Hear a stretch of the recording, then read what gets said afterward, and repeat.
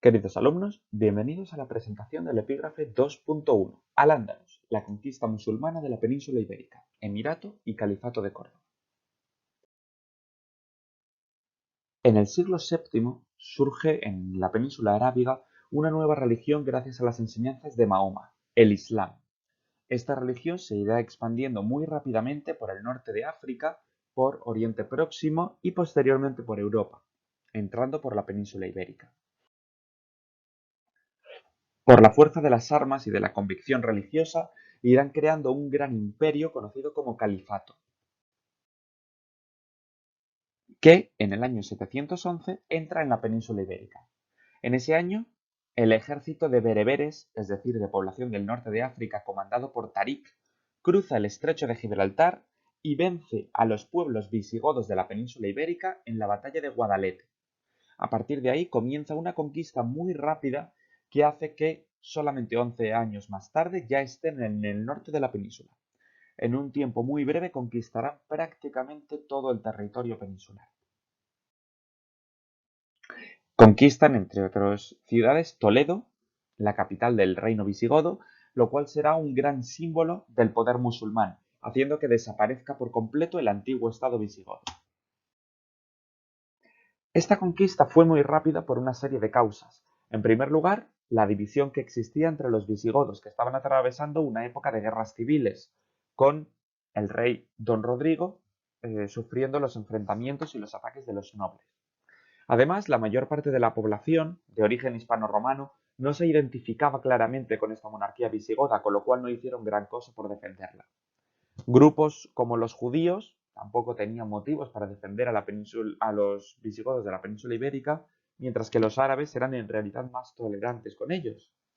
Y finalmente los propios nobles visigodos firmaron una serie de acuerdos, los pactos de sumisión, en los cuales los árabes les permitían conservar sus tierras, conservar su posición y sus privilegios, a cambio de cederles el poder, con lo cual muchos nobles lo aceptaron rápidamente y de buena gana.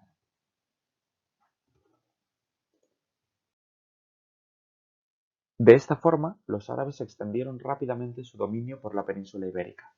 No eran un grupo homogéneo, sino que había una minoría gobernante de origen árabe, de la península arábiga, y una mayoría que formaba los ejércitos y el campesinado que eran de origen bereber, de la zona del norte de África.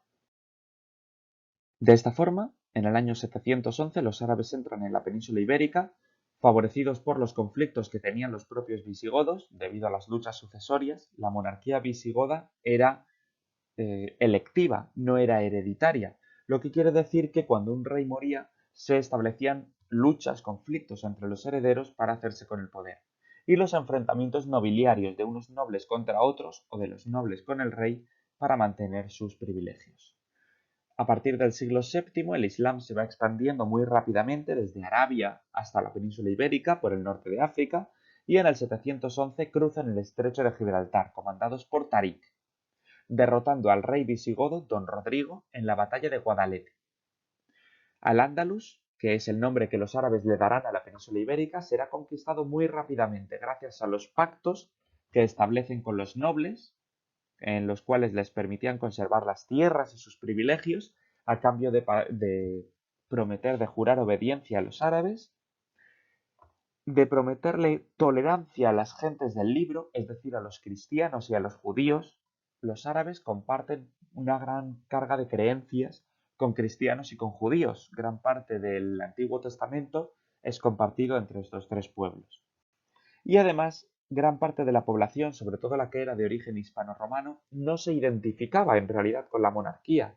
Los visigodos eran en realidad personas ajenas a ellos, con lo cual no opusieron gran resistencia a los árabes que intentaron derrocarlos. De esta forma, los árabes que formaban parte del imperio árabe, es decir, del califato, dominado por la familia omeya, van a dominar rápidamente la península ibérica, a la cual dan el nombre de Al-Ándalus. Se van a establecer especialmente en el sur de la península, desarrollando grandes ciudades como Sevilla o Córdoba, que se van a convertir en algunas de las ciudades más grandes y más ricas que existían en la Edad Media en aquel momento.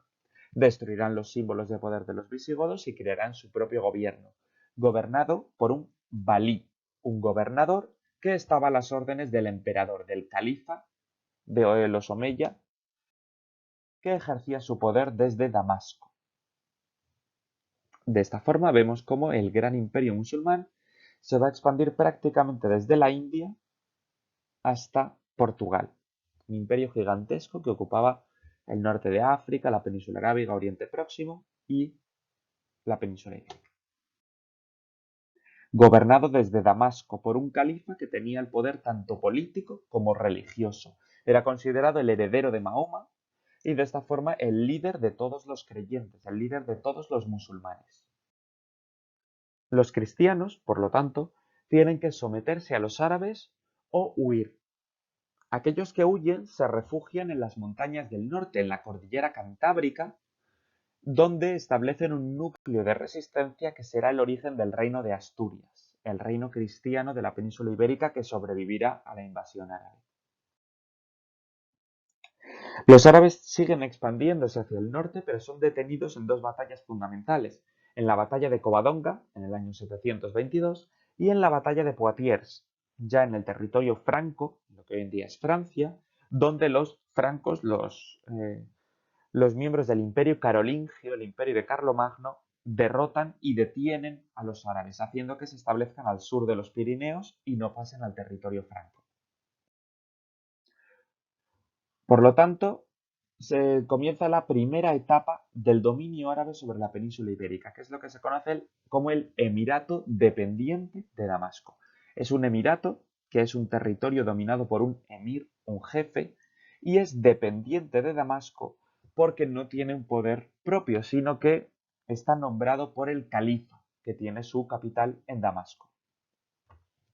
Se establece desde el año 714 al 756. Está gobernado por un valí, por un gobernador, que tiene que obedecer al califa de Damasco, que pertenece a la familia de los Omeya.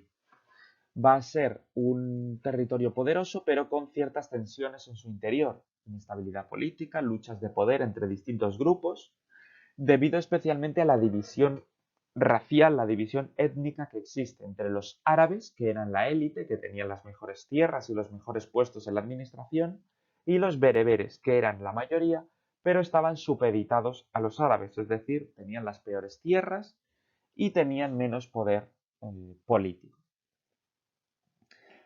Los musulmanes tratarán de avanzar hacia el norte, pero son detenidos en la batalla de Covadonga contra el reino asturiano que surge en este momento y la batalla de Poitiers contra los francos. En el seno del califato del Imperio Árabe, en el 750, hay una revuelta en la cual una nueva familia árabe, un grupo de nobles, los abasíes, se rebelan contra la familia gobernante, los omeyas. Les derrocan, asesinan a la mayoría y sustituyen el poder omeya por el poder abasí. Mueven la capital de Damasco a Bagdad, una nueva ciudad erigida en este momento para ser la capital del imperio. Sin embargo, algunos de los miembros de la antigua familia omeya logran huir, fundamentalmente Abderramán I, heredero de la familia omeya, que huye a través del norte de África, a través de las tribus bereberes del Sáhara, a la península ibérica. En la península ibérica reúne un ejército y toma el poder, se rebela contra los abasíes y se convierte en emir de Al-Ándalus, en jefe de Al-Ándalus, y se declara independiente. Deja de depender del califa de Bagdad. Su capital estará en Córdoba, que crece para convertirse en una de las ciudades más ricas, poderosas y de mayor importancia cultural de toda la Edad Media. Va a aumentar su poder gracias a la profesionalización del ejército y lleva a cabo razias, ataques rápidos contra los cristianos para reforzar este poder y para mantenerlos a raya.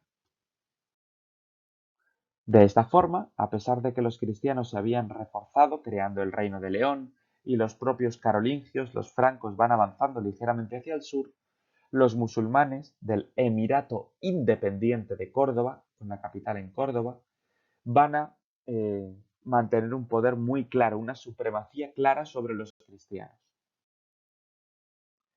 Este emirato independiente se establece del año 756 al 929.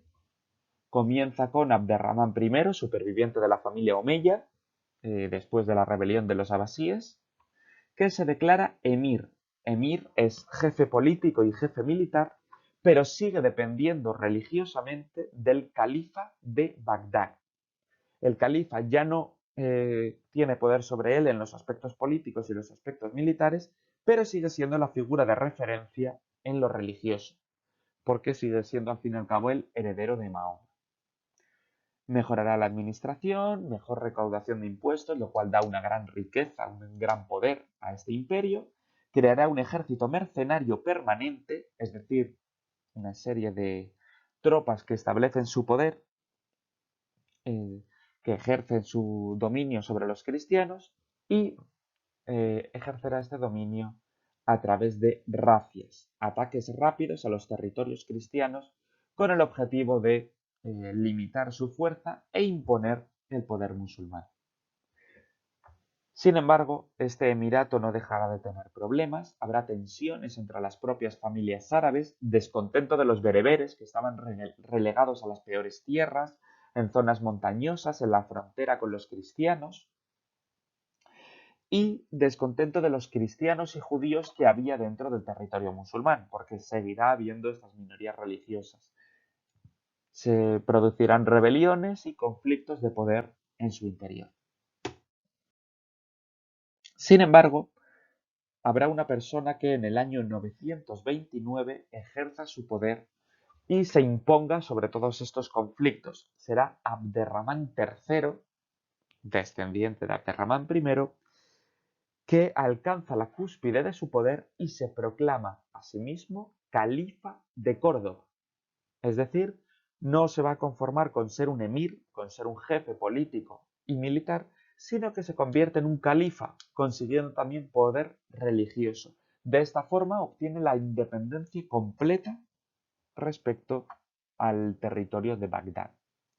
Va a ser la época de mayor esplendor de Al-Ándalus, en el cual se alcanza la máxima brillantez política, militar, científica, cultural, literaria, artística, etc.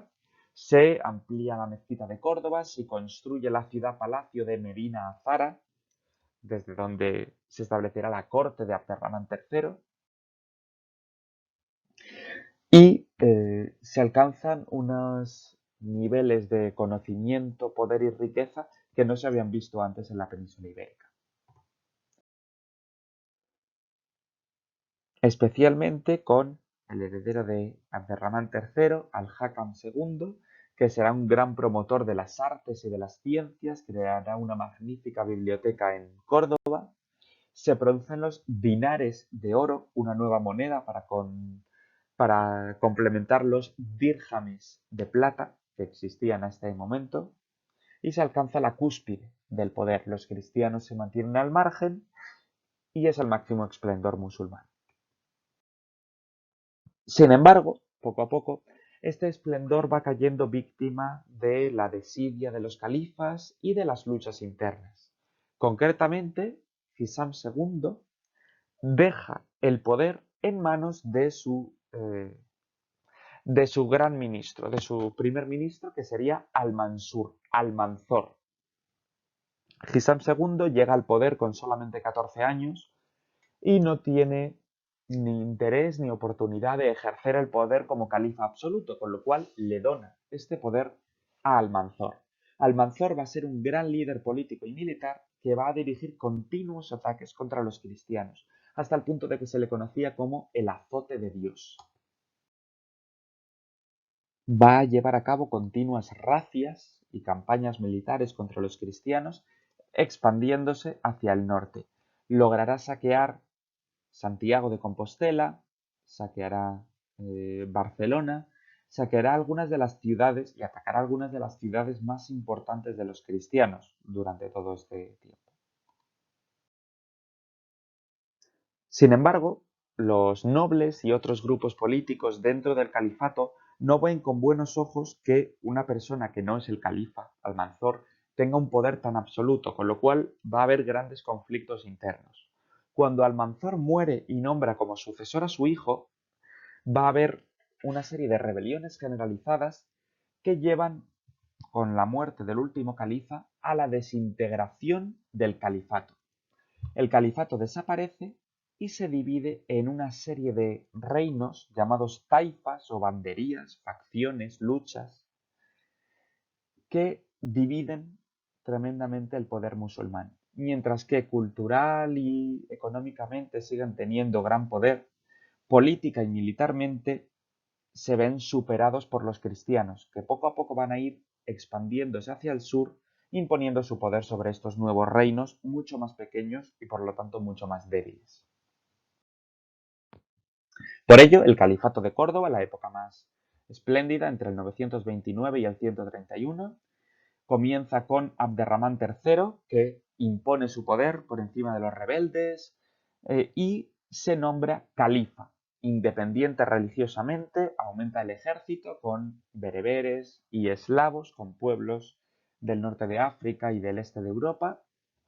Alcanza el máximo esplendor de Al-Ándalus, detiene a los cristianos que estaban avanzando hacia el sur, conquista Ceuta y Melilla y consigue que los cristianos paguen tributos, paguen impuestos a los territorios de Al-Ándalus. Los cristianos se convierten de esta forma en tributarios, en grupos, en territorios sometidos, al menos económicamente, al califato. Con el Hakam II se alcanza un gran poder, en un periodo de paz en el cual se fomenta la cultura, pero con su sucesor, Hisam II, el poder de los califas va decreciendo progresivamente. Deja el poder en manos de Almanzor, que lleva a cabo campañas militares contra los cristianos con gran éxito, pero acapara el poder sin ser él mismo el califa. Cuando a su muerte sucedido por su hijo, comienza un periodo de conflicto y de descomposición del territorio musulmán, que es lo que se conoce como la fitna, la lucha interna. Al-Ándalus se desintegra políticamente, pierde su unidad y termina el califato, comenzando el periodo que se conoce como los reinos de taifas. Estos reinos de taifas serán nuestro siguiente epígrafe, por lo tanto con ello hemos terminado este epígrafe 2.1, así que muchas gracias por escucharlo y si tenéis cualquier duda no dejéis de recurrir a mí. Muchas gracias.